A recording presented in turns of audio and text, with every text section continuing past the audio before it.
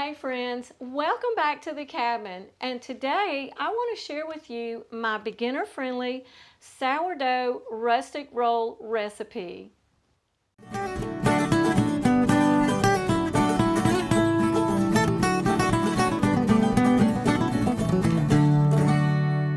The focus of today's video is to guide those of you who are new to baking with sourdough and also those of you who are struggling to find success with your sourdough baking.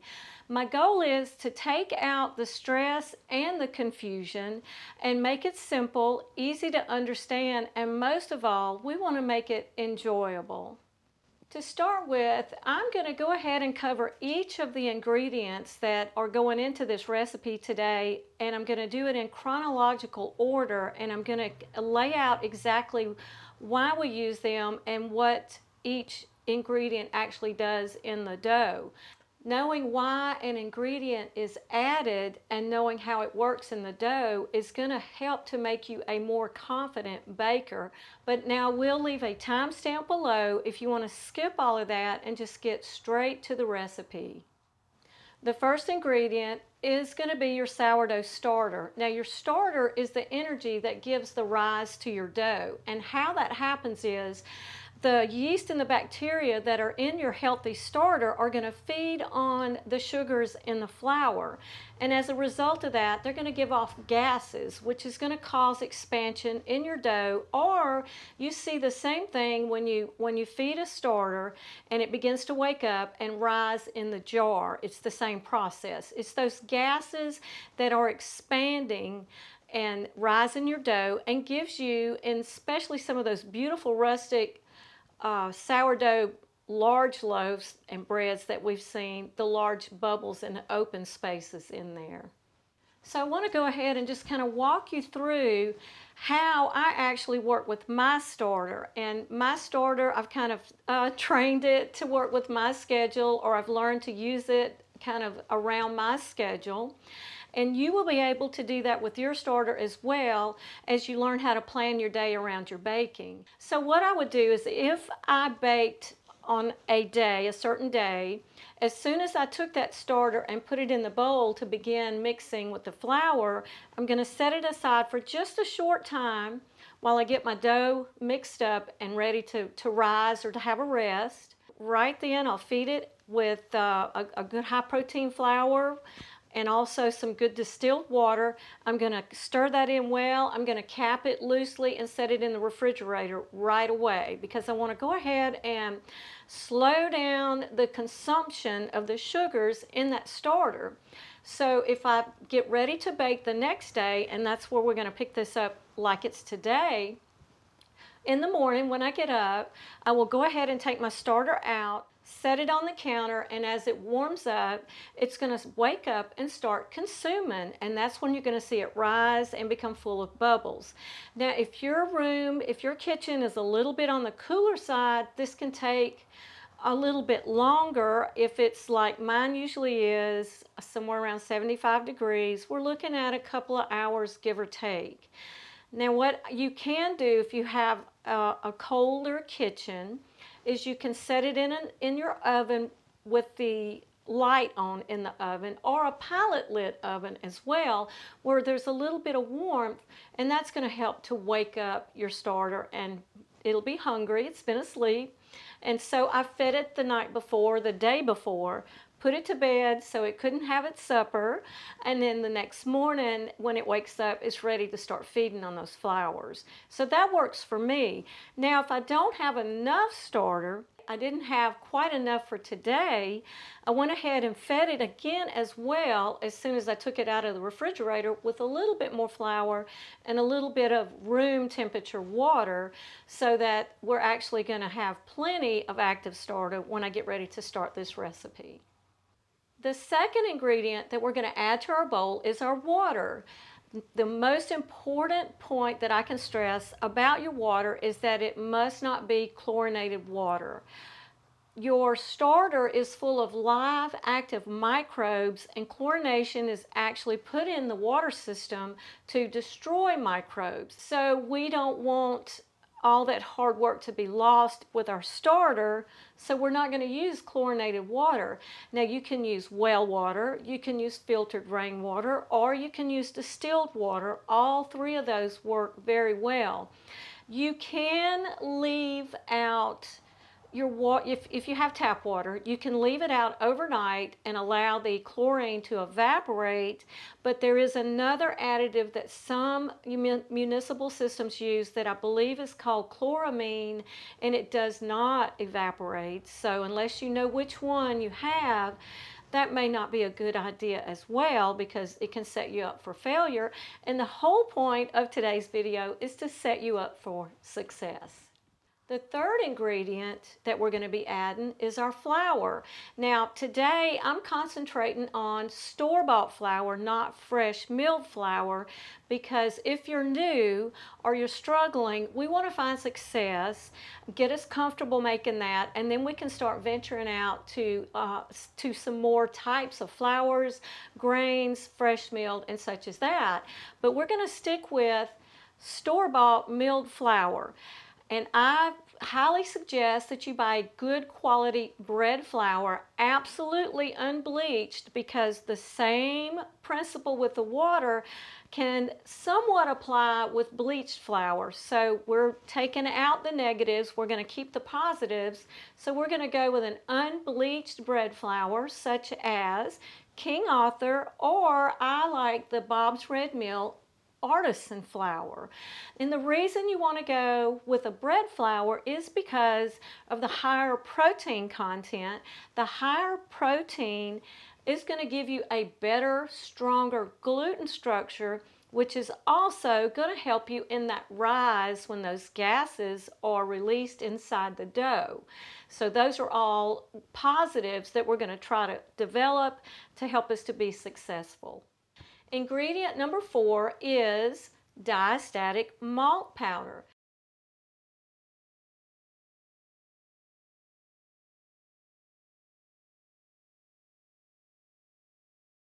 Diastatic malt powder is a completely natural additive that you can put in with your flour that's going to give your sourdough or your commercial yeast a boost, and I would call it an energy boost, like a B12 shot.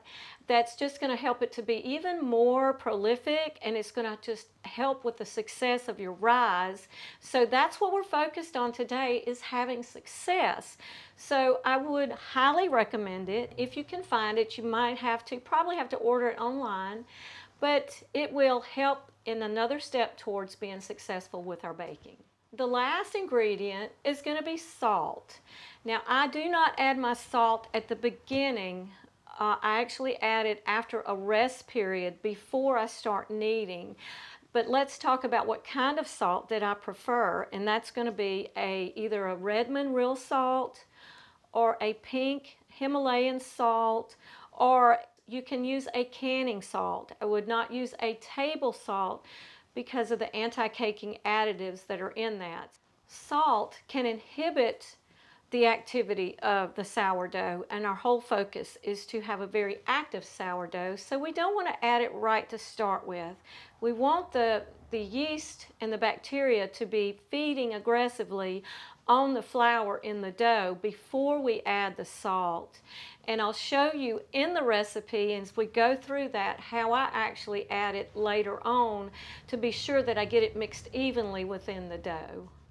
Another step to success is to go ahead and be organized with your supplies and your ingredients. So I'm going to go ahead and get mine gathered up, pre-measure most everything, and I'll be back with you in just a bit and we'll get started.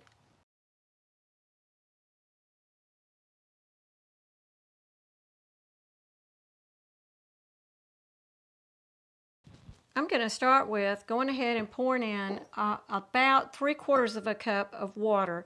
Now, I'm not measuring by grams or by weight because I'm trying to keep it simple and help you to learn to get a feel for your sourdough. All right, so that's room temperature water, by the way. Now, if you can warm it slightly, that can help wake up the microbe activity, but you don't want to go over body temperature. So I've got a good active sourdough. This is a pint or a little bit more than a pint jar.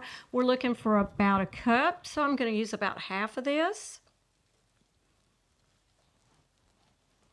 It's a good, healthy, happy starter. Okay, and I like to blend with my water so that it just helps it to distribute evenly through the flour.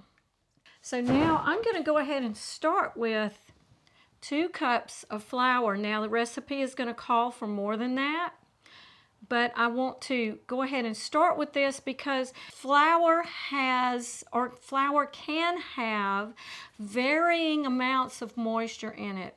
A lot of factors go in that. It could be more humid one day than another. In the atmosphere. It could be more humid or more dry in your kitchen one day over another. There's a lot of things that can cause the moisture content in flour to be variable. Now, it wouldn't be enough that you would notice just handling the flour, but your sourdough and your water mixture can be sensitive to that. Now, you see this was 2 cups. What I'm going to go ahead and do is I'm going to go ahead and sprinkle my diastatic malt powder on here.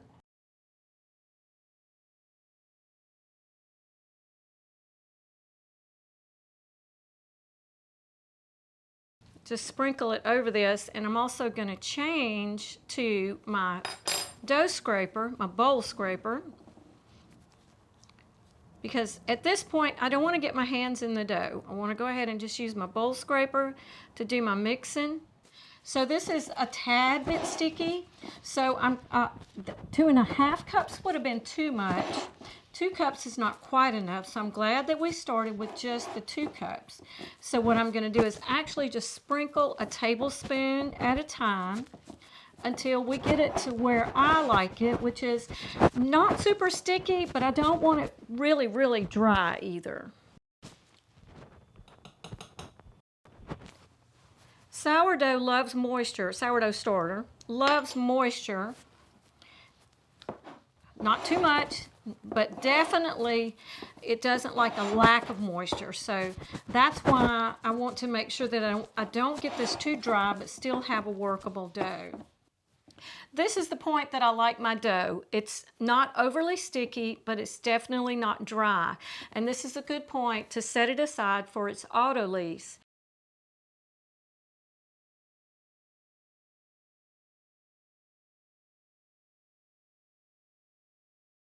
So what we're going to do is we're going to cover it with a towel, and I'm going to set it in my oven that the light has been on, that's got a nice warmth to it. It's a nice warm environment. I'm going to set it in there from 45 minutes to an hour, and then I'll be back with you, and I'm going to show you how I add my salt and my kneading process. The dough has been resting for almost an hour, so what I want to do is go ahead and prepare my surface so that we can start kneading. So we want to not add too much flour. We're going to add what we need. We're going to work in what we need, but we don't want to incorporate any more than what we need. So I'm going to start with about a tablespoon of flour. Now here is how I add my salt.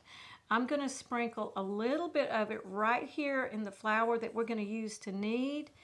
And also I'm going to reserve just a tad. That's a teaspoon and a half, give or take. And I'm going to reserve just a tad of that to sprinkle on top as I start my kneading. So I'm going to go ahead and take my dough scraper, and we're going to pull this dough out onto our floured surface. And it's pulling away pretty good. It does have a little bit of stickiness to it. That's kind of the point that I like it. I just hope I can hang on to the bowl while I pull it out and not have a disaster and drop my bowl. Let's see if I can grip my bowl a little bit better. There we go. A little bit more strength in my hands holding it this way. Okay. Set that to the side. Now I'm going to go ahead and sprinkle a little bit of salt on the top, just like that. We want a workable dough for sure, because if it's a sticky mess, it's just not going to work. There we go. So the dough scraper is our friend.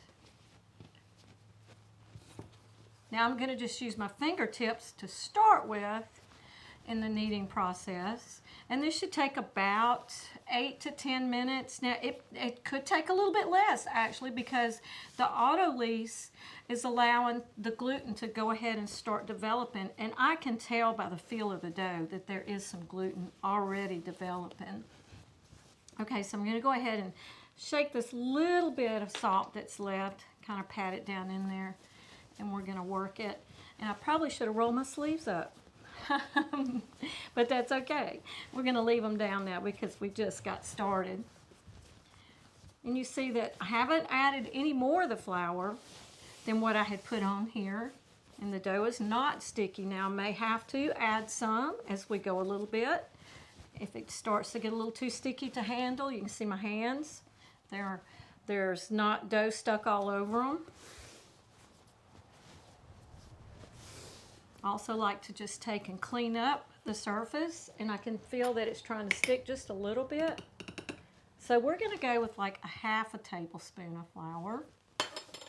And already it has picked up the majority of that salt. So it's going to work in perfectly, and it's not going to hinder, or it actually didn't hinder the first beginnings of the fermentation of the sourdough.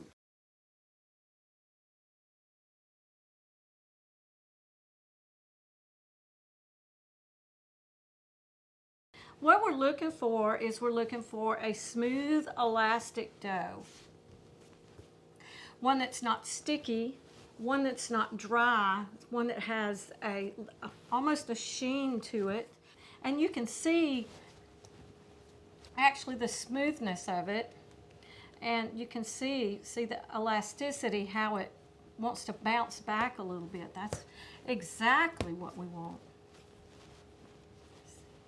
Okay, so now what we're going to do is the long rise. This is going to be anywhere from 3 to 4 hours. What we're going to do is we're going to place it in this bowl. I'm going to put the top side down first. Make sure that it's covered. This bowl is oiled, by the way, and I use avocado oil. You can use any kind of oil that you like.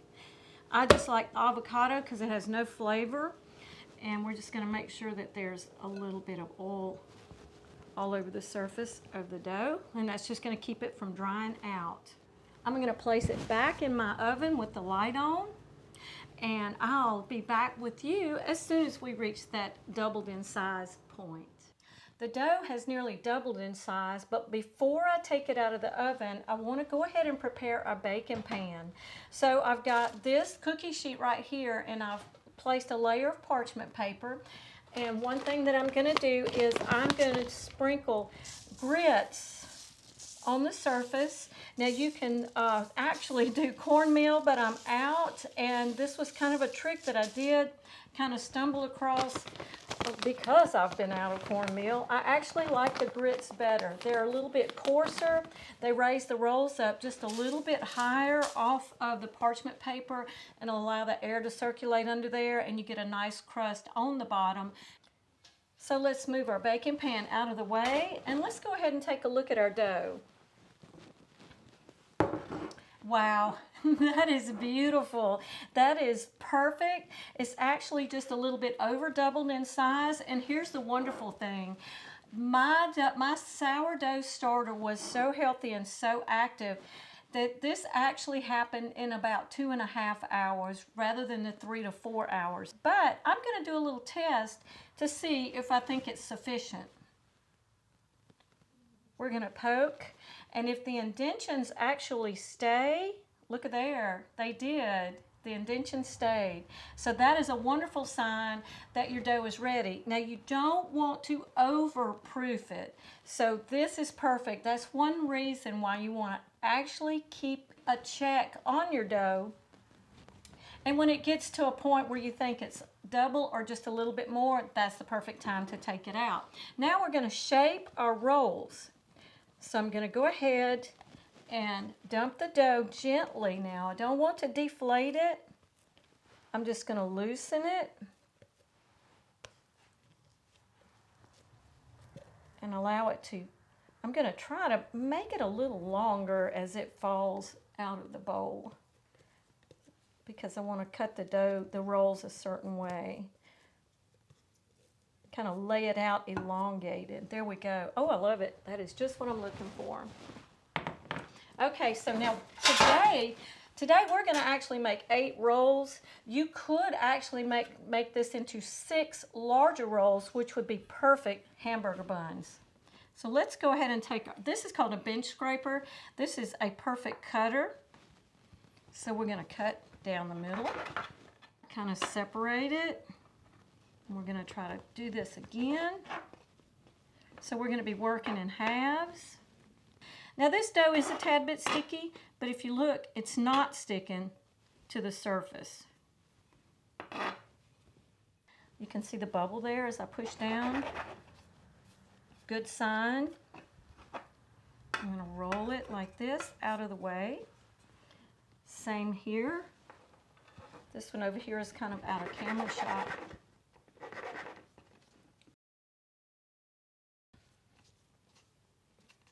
Okay, so I'm going to roll this one away from the other, like that. Now we're going to shape the rolls. Now I've put a little bit of water. I've wet my hands just a little bit so that I don't have to be rough with the rolls. And what I want to do is to fold them underneath themselves like this, and we're going to pull up and pinch and twist so that we can keep a nice round shape. Okay, my hands are still nice and moist. I'm going to do it again. So we're going to actually just pull the sides to the underneath and pinch and give a little twist. Beautiful.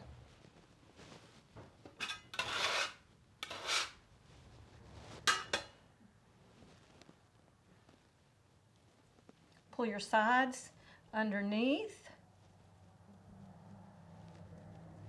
Give a quick twist. Ooh, those are trying to get sticky. When we place our rolls in a hot oven, they're going to want to expand pretty rapidly. So we need to do something to prevent them from tearing open in the wrong places, or just becoming a mess and not looking very pretty. So normally what you would do is you would take something called a lom, and you would use that to score the top of your bread, or to make some kind of lines in your rolls or something that will allow an area to open up as the rolls expand. I don't have my lom with me, and the knives that I do have are not very sharp at all. So to prevent being kind of abusive to the rolls, I just took scissors and cut little X's in the top, and that will give them a place to be able to open up a little more and a little room to expand. Also, a second tip to keep your rolls beautiful is to take the tea towel that you're going to cover them with as they rise and embed some flour in that towel. Rub some in there pretty generously, so that way when you lay it on top of the rolls, the tackiness of the rolls won't stick to your tea towel, so preventing a tear as you try to take your tea towel off. So I set my rolls in the oven for their second rise with the light on, so there's a nice incubation temperature in there.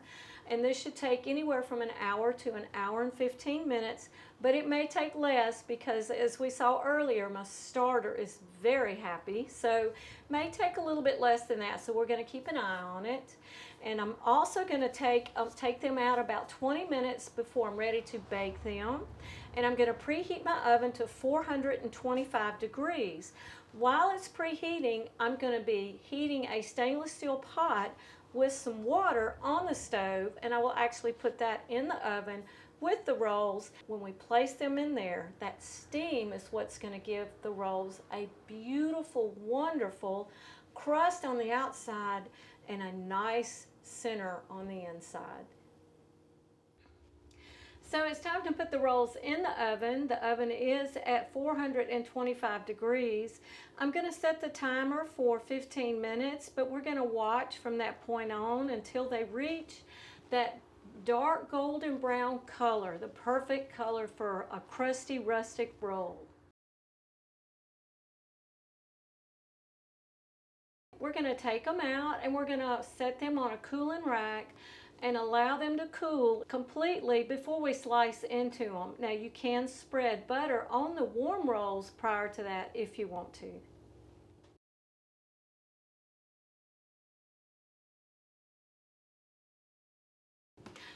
I thoroughly enjoyed spending this time with you today, and I hope that you learned something to help you be more successful in your sourdough baking.